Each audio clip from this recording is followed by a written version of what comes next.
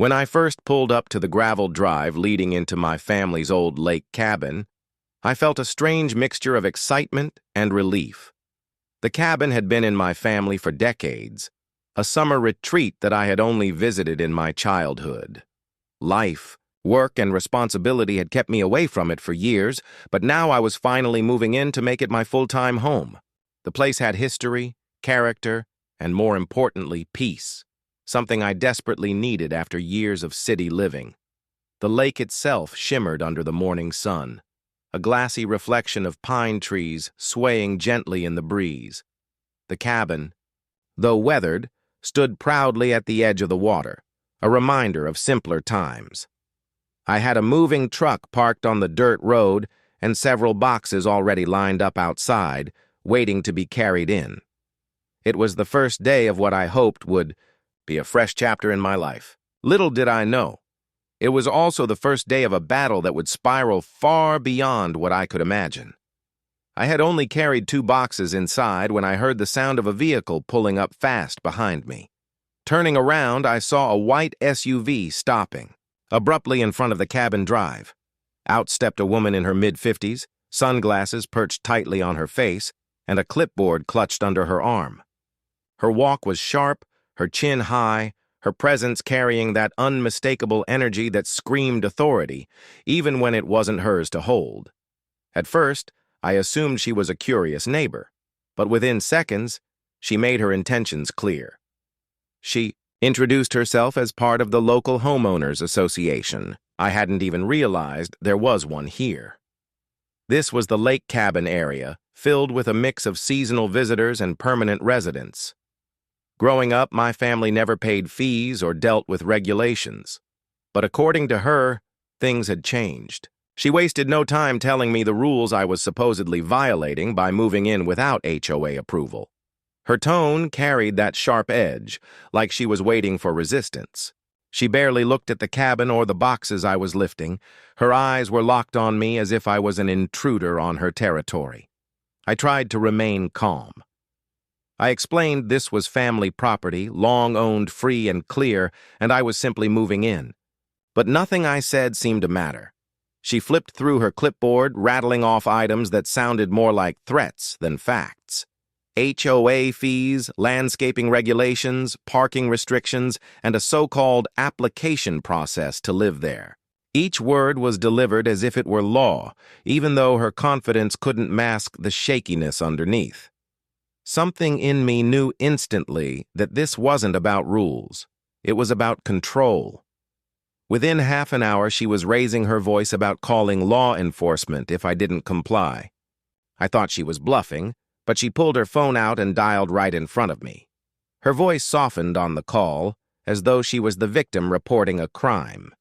The words, trespassing and refusing to leave private property, slipped through her tone with a practiced ease, like she had said them before. My stomach dropped, realizing this was escalating faster than I could stop it. The waiting felt longer than it probably was, but soon enough, a sheriff's cruiser appeared down the road. Dust rose behind it as it slowed to a stop near the cabin. My heart pounded, not because I had done anything wrong, but because I knew how twisted stories can look when told by someone determined to lie. The officer stepped out, his face serious, but neutral, scanning between me, the woman, and the boxes scattered across the yard. She rushed to him first, speaking in frantic tones about squatters and unauthorized occupation. She gestured at me as if pointing out a criminal caught in the act.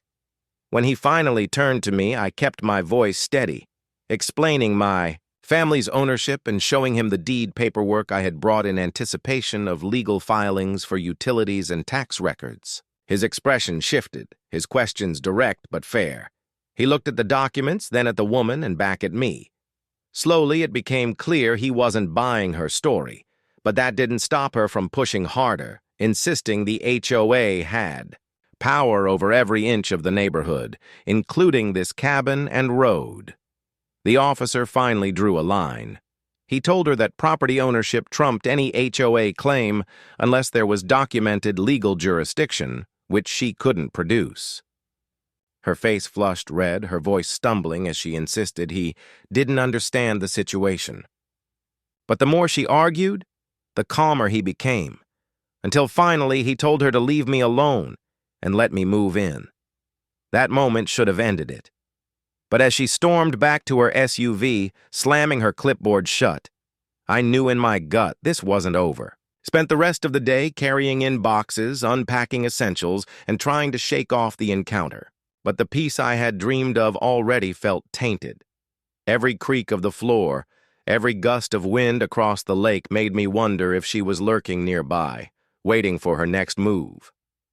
That night, sitting on the porch with the crickets chirping, in the distance, I replayed the day's events. The way she had spoken with such certainty, the way she had lied so easily, the way she had walked away not in defeat, but in determination. I realized then that this wasn't simply about me moving into the cabin. This was about territory, control, and ego. To her, I wasn't a neighbor. I was an obstacle. And obstacles, in her world, were meant to be removed. I didn't know what she would try next, but I knew it was coming. She had made her intentions clear. And I was about to find out just how far an HOA Karen was willing to go to make someone's life miserable. For me, it was the beginning of a fight I never wanted but could no longer avoid. And as much as I hoped for peace, I had to prepare for war. The days following that first encounter settled into a strange rhythm. I woke each morning expecting peace, yet instead found myself glancing over my shoulder, waiting for her next move. The cabin, once my escape, had turned into a stage where I was the unwilling lead in a show orchestrated by a woman who refused to lose. For a few days, things seemed quiet, too quiet. I managed to finish unloading the moving truck, arranging the furniture, and stocking the pantry with supplies. The air was crisp, the lake was serene, and for brief moments I almost convinced myself that the storm had passed. But then the letters began to appear. At first I thought it was just junk mail, an envelope with the HOA's name scrawled across. The front appeared in my mailbox. Inside was a notice of violation, typed in a formal template and stamped with what looked like an official seal. According to the paper, I owed hundreds of dollars in unpaid HOA fees, stretching back years. The charges included maintenance dues, late penalties, and even fines for non-compliance. I laughed bitterly at the absurdity of it, knowing had never signed a single HOA agreement in my life. But beneath the humor was unease. This wasn't a misunderstanding. It was calculated. By the end of the week, I had received 3 more letters, each growing in tone from reminder to final warning. One even threatened foreclosure proceedings if I didn't pay. They were empty threats, but the persistence showed me she was serious. She wasn't going to back down quietly. When I didn't respond, she escalated again. This time, it wasn't letters. It was visits. She parked her SUV at the end of the road, watching for hours at a time. Sometimes she took notes on her clipboard. Other times she simply sat there, sunglasses on, waiting like a hawk. Neighbors began to notice, and a few stopped by to quietly warn me about her. They described years of bullying tactics, rules enforced unevenly, and people selling their homes just to escape her reach. The more I listened, the clearer the picture became. This wasn't just my fight. She had been controlling the entire neighborhood through fear and intimidation for years. Still, I tried to stay calm. I told myself that paperwork and patience would protect me.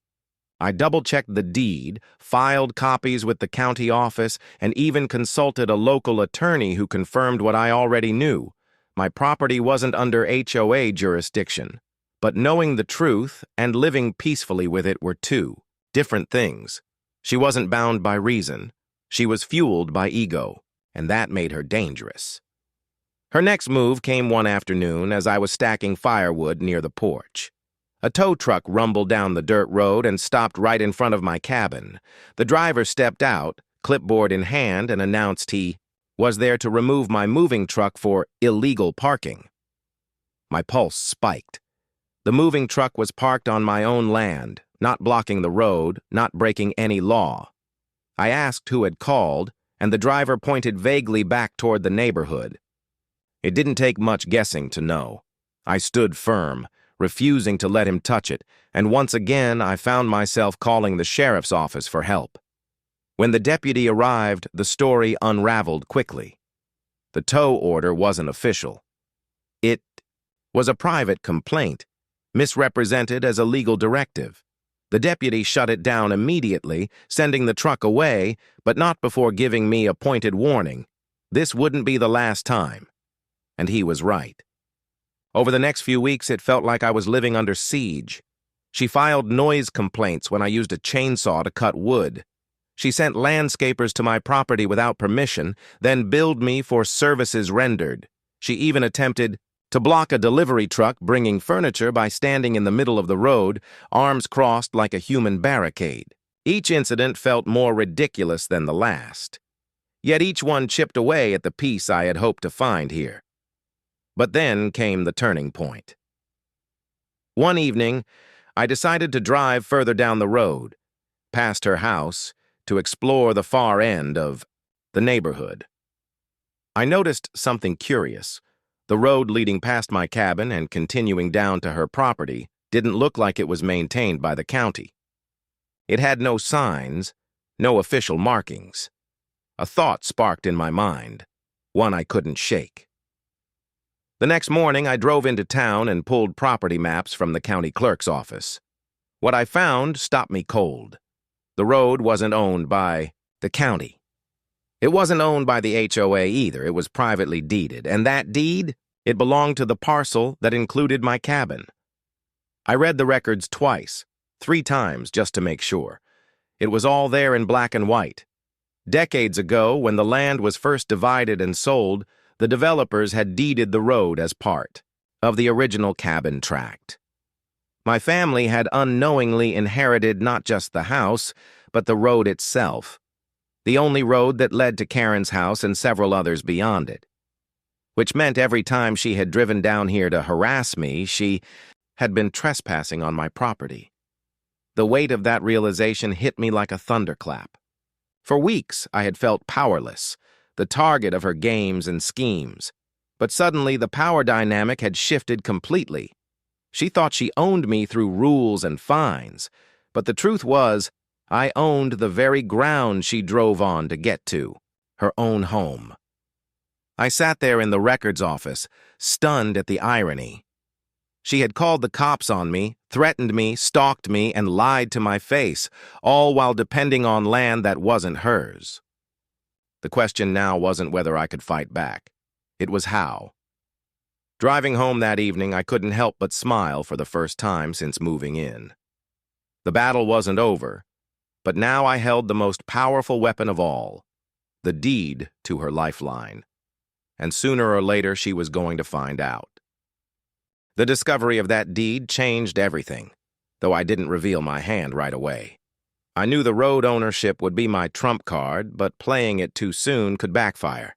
Instead, I spent the next few days quietly preparing, making copies of the documents, consulting the attorney again, and double-checking the easement records.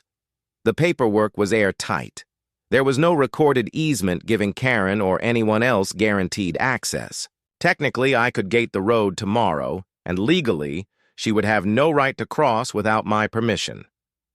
The knowledge gave me a calm confidence, a buffer against the harassment that still came daily. When another notice appeared in my mailbox, demanding payment for unauthorized driveway modifications, I didn't rage. I simply filed it away with the growing stack of false claims. When she marched onto my property with her phone out, recording herself as if she were a code enforcer, I didn't flinch. All the while, I kept thinking, if only you knew whose road you're standing on. It didn't take long before she pushed too far again. One morning, I was sipping coffee on the porch when flashing lights appeared at the end of the road. Another patrol car. Another call. This time, the officer was a younger deputy, clearly weary of the neighborhood drama before he even stepped out of his vehicle. He asked about an illegal fire pit reported on my property. I gestured toward the stone fire ring that had been here for decades, smoke still faint from the night before. The deputy sighed, apologized, and drove off. But I noticed Karen watching from her SUV again, parked like a vulture. That was the moment I decided it was time to push back. The next day, I requested a meeting with a local surveyor. He walked the property line, confirmed the road boundaries, and marked them clearly with stakes. Seeing those markers hammered into, the dirt was a revelation. The road she believed belonged to her HOA was now visibly, undeniably part of my land. The surveyor left me with updated maps, which I filed with the county. Piece by piece, I was building a wall she couldn't climb. Karen noticed almost immediately. She stormed up to the survey stakes, inspecting them like they were evidence of a crime. The following day, she unleashed a new barrage of letters, this time accusing me of illegal land seizure and threatening a lawsuit. I laughed outright at that one. For all her bluster, she was flailing, desperate to regain control of a situation that had slipped beyond her grasp. But the real fireworks came a week later. She held an emergency HOA meeting, inviting neighbors to rally against me. Word spread quickly, and though I wasn't invited, several sympathetic residents came to me afterward, whispering about the chaos. Apparently, Karen had stood at the podium, voice raised, claiming I was a squatter, a fraud, and a danger to the community. She demanded the HOA take immediate legal action to remove me. What she hadn't counted on was that some of those same neighbors had already seen the property maps I'd shown them in confidence. They knew the truth.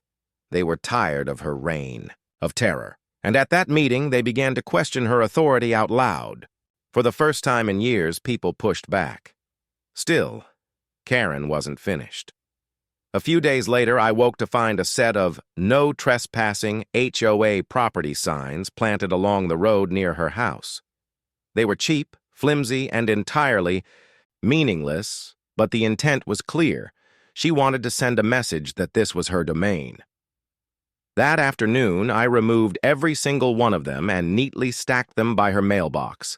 Then I planted my own signs, sturdy wooden ones, painted, professionally reading, "Private road, property of my name. Trespassers will be prosecuted." The silence afterward was deafening. For 2 days, she didn't come near. No SUV idling at the road's end, no letters, no landscapers sent as saboteurs. I knew she was regrouping, plotting her next play, and then it came. Another patrol car pulled up one evening, but this time it wasn't for a noise complaint or a parking issue. The officer approached, visibly uncomfortable, and told me Karen had filed a report claiming I had threatened her. My chest tightened. False accusations were a whole new level of dangerous. But I remained calm, presenting him with the stack of letters, the survey maps, the property deed, and even footage from a trail camera I'd installed, which showed her trespassing repeatedly. The deputy took notes, nodded slowly, and then almost with a smirk, admitted he was familiar with her tactics. He left without taking any action. The following morning, however, I decided enough was enough. I filed my own report. With all the documentation in hand, I accused her of harassment, trespassing, and filing false claims with law enforcement. The officer at the sheriff's office listened carefully, flipping through the paperwork, and assured me the matter would be reviewed. It wasn't an instant victory, but it was the first official step in turning the tide. That night, as I sat by the fire pit watching the flames crackle, I felt the weight of the battle shift again. For weeks, she had been the aggressor, wielding the HOA like a weapon. Now I had legal documents, community support, and the law itself beginning to lean in my direction. Most importantly, I held the ace she didn't know about yet, the road. I imagined the look on her face when she learned the truth, that all her years of ruling with iron fists and threats meant nothing without access to the property she so desperately clung to. The thought filled me with a sense of justice, even satisfaction. But I also knew Karen well enough to understand she wouldn't go down quietly. When the truth came out, it would be explosive, and it was coming soon. It happened sooner than I expected. Karen found out about the road. I can only assume one of the neighbors, tired of her tirades, let it slip during a conversation. Or maybe she pulled the property records herself, combing through the county database in desperation. Either way, the result was the same. One afternoon, I saw her SUV barrel down the gravel, tires spitting dust, until it screeched to a stop at the base of my driveway. She got out, red-faced, shaking a folder stuffed with papers, like it was a weapon. Though I couldn't hear her words from the porch, I could see the fury in every movement. She jabbed her finger toward the survey stakes, then the private road sign I'd posted, before storming back into her car and peeling off in a spray of gravel. I didn't need to hear her voice to know what she had discovered. The road wasn't hers, it was mine.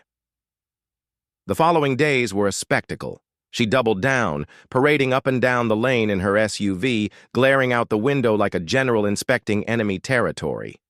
She called yet another HOA meeting, this time with a sense of desperation woven into every word.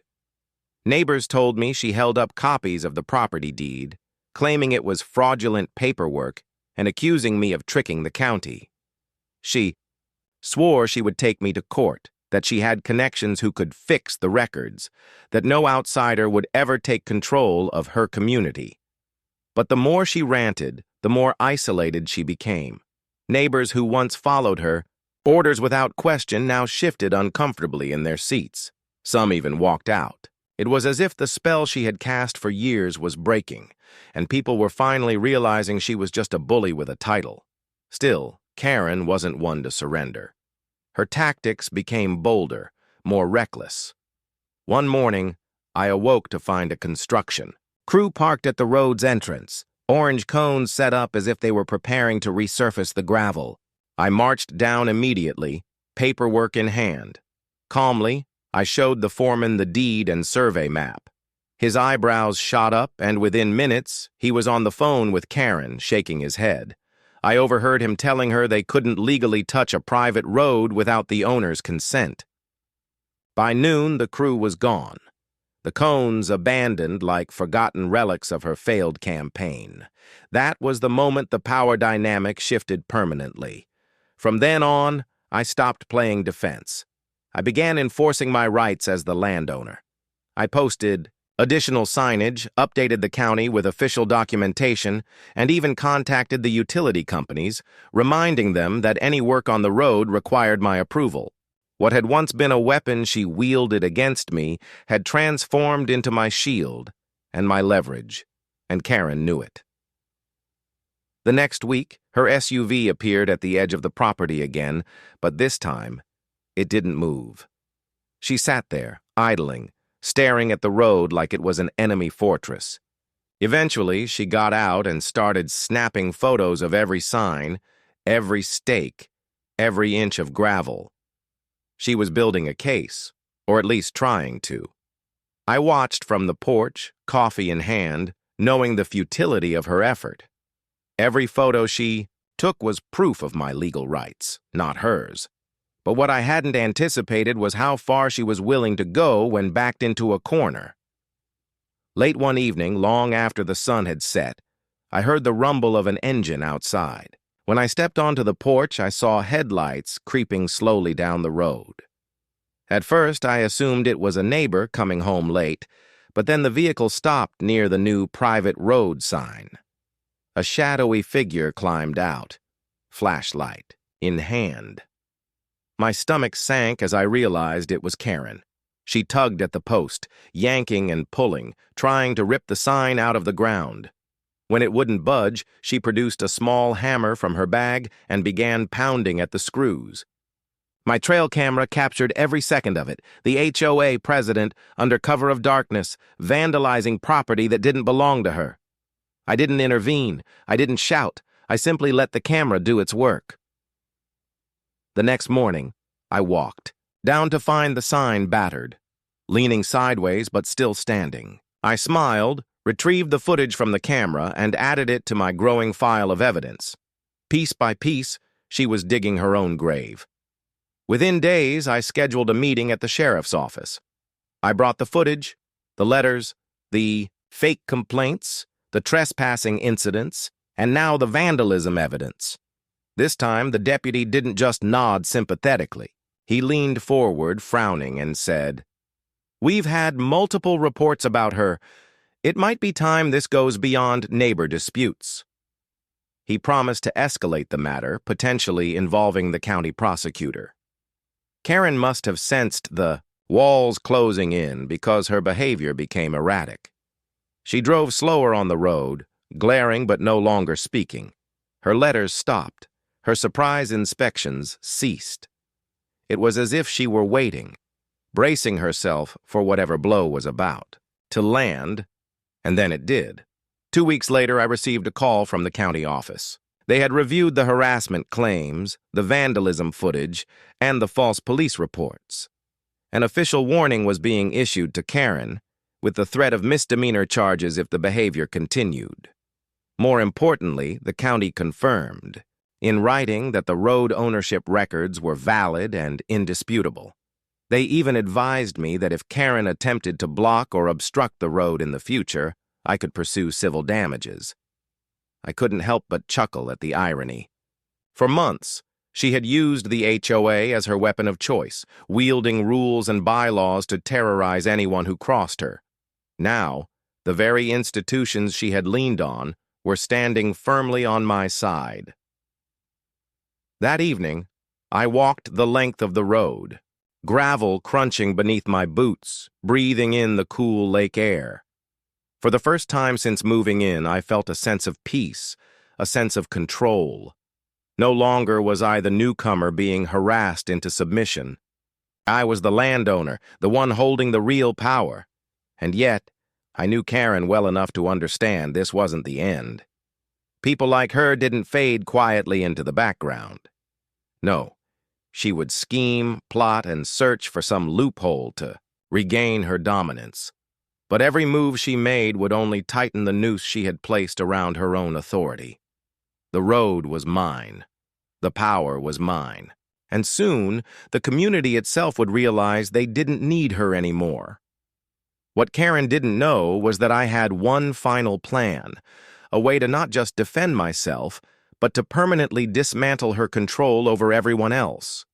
And the opportunity was about to present itself. The opportunity came in the form of a letter, not one from Karen. Hers had long since stopped arriving in my mailbox, but from the county. It was an announcement of the upcoming HOA election. Every 2 years, the board members were voted in.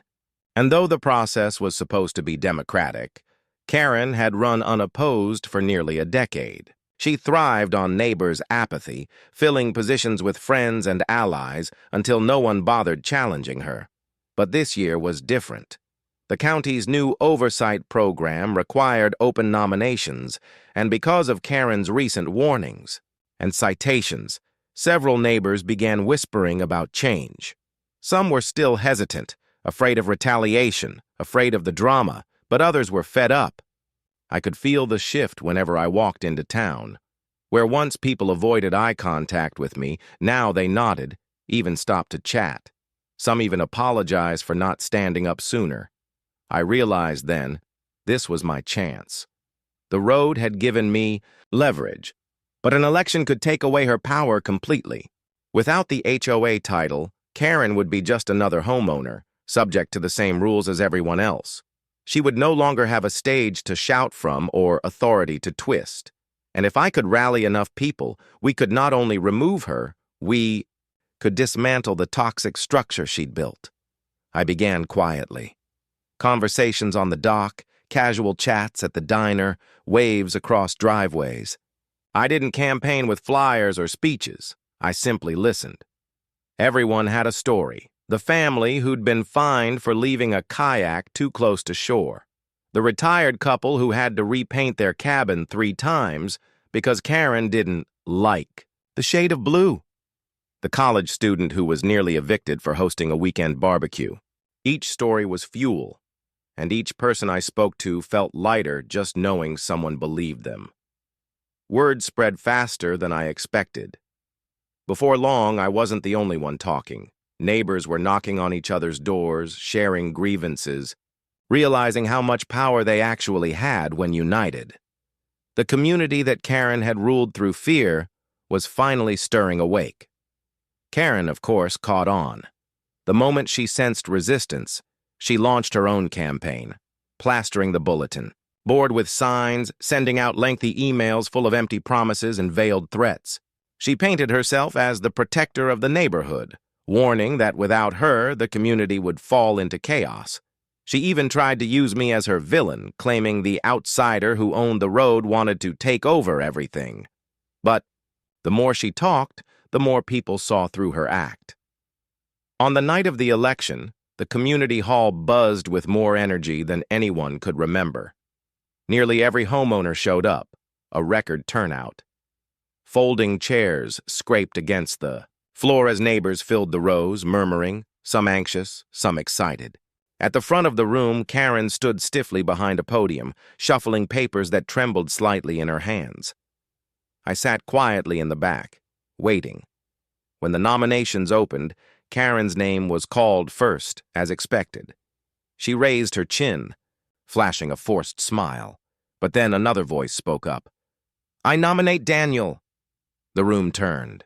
For a moment, I froze, surprised by the sound of my own name. Then, as if on cue, others chimed in. "Seconded." "Agreed." "About time." Karen's smile faltered. The speeches were brief. Karen delivered her usual tirade about order and responsibility, warning that without strict enforcement, property values would plummet. She waved a stack of documents, charts she had pulled from nowhere, designed to scare. But when it was my turn, I didn't bring papers. I didn't bring numbers. I simply stood and spoke from the heart.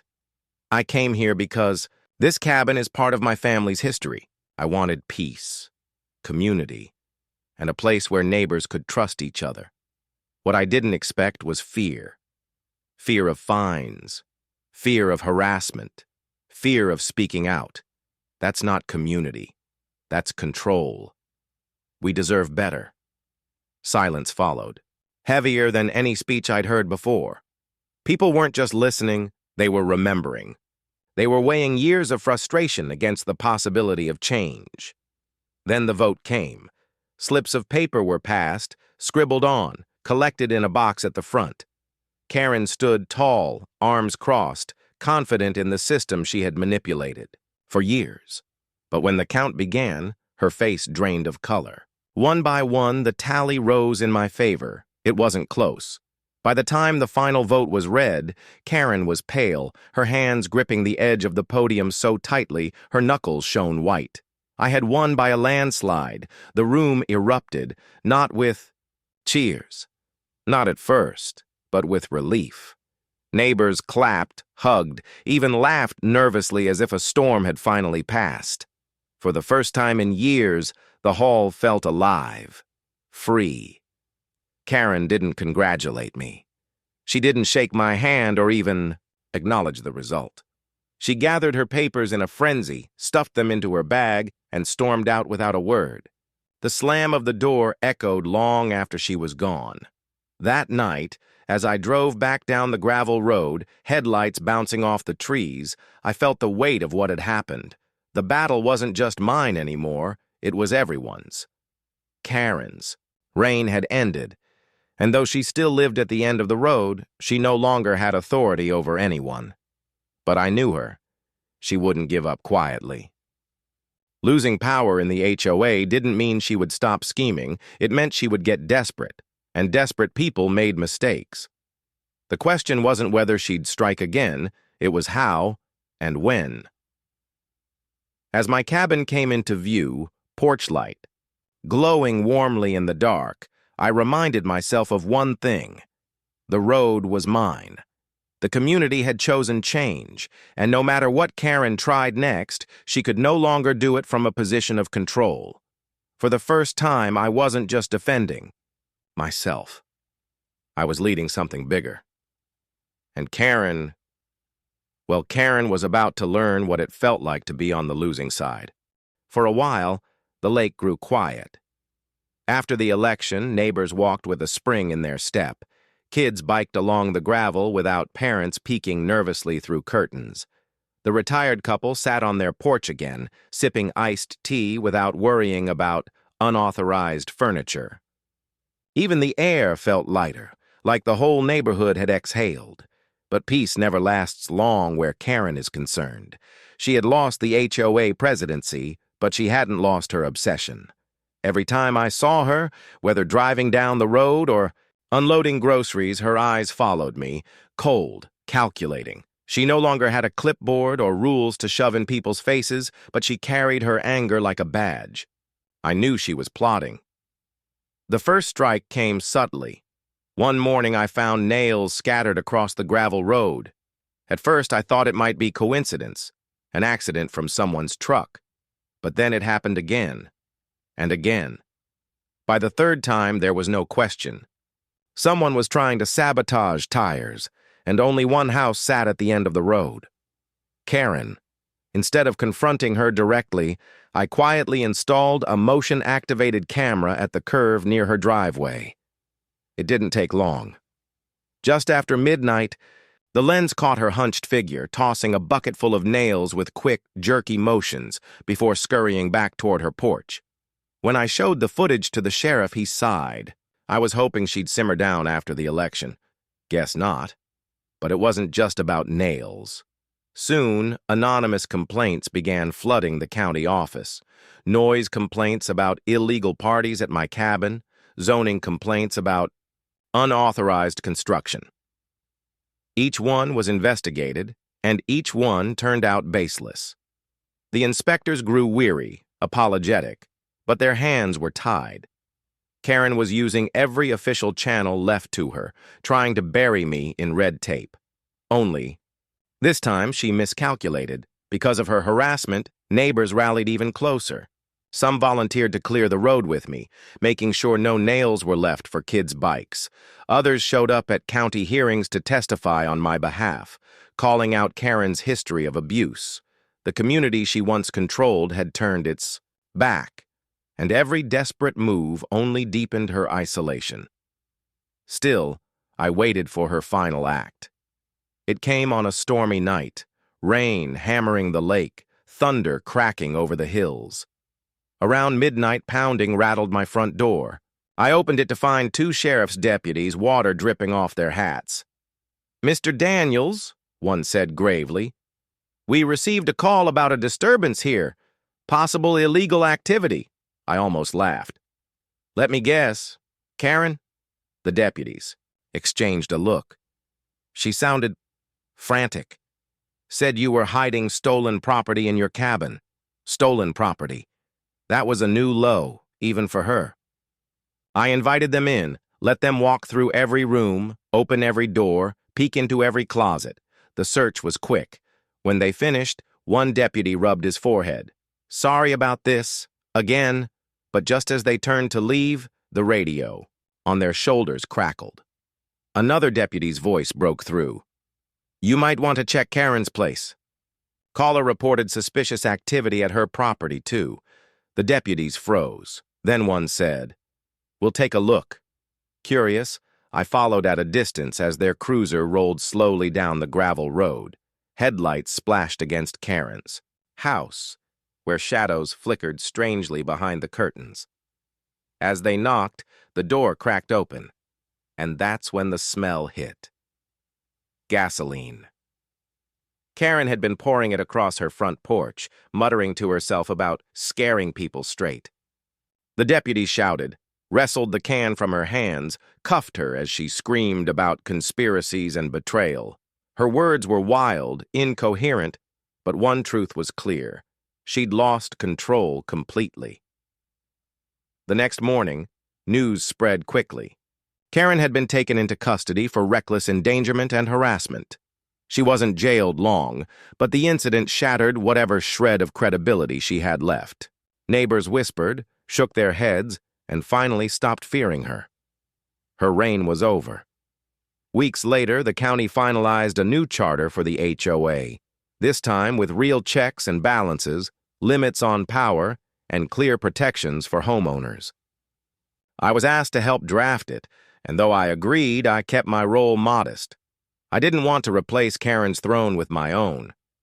I just wanted balance, fairness, and peace. The irony wasn't lost on me. The woman who had tried to control everyone with a road, with rules, with fear, ended up giving me the very road to her house. The gravel that once symbolized her authority now represented her downfall. Every time she drove it, she had to pass the reminder that she couldn't break me, couldn't own me. Months later, I sat on my porch, sun setting golden across the lake, listening to loons call over the water. The cabin finally felt like home, not a battlefield. Friends and neighbors stopped by often, sometimes for dinner, sometimes just to share stories. The community was alive again. As for Karen, she kept to herself. Her house at the end of the road grew quieter, darker. She still lived there, but she no longer patrolled, no longer barked orders, no longer stalked with her clipboard. Occasionally, I'd catch a glimpse of her through the trees, watching, but the power was gone from her eyes. She was just another resident now, bound by the same rules as the rest of us. And me? I had something she could never take back, a cabin full of memories, a neighborhood finally at peace, and the road. Her road, once upon a time, now mine. The gravel crunched under my boots as I walked it that evening. The air cool, pine-scented, fresh after the storm. At the far end, I paused, staring toward Karen's silent house. Then I turned back toward the lake, smiling. Some battles aren't won with fists or shouts. Some are won by standing your ground, weathering the storm, and letting truth do the rest. And in the end, the road home always leads where it belongs.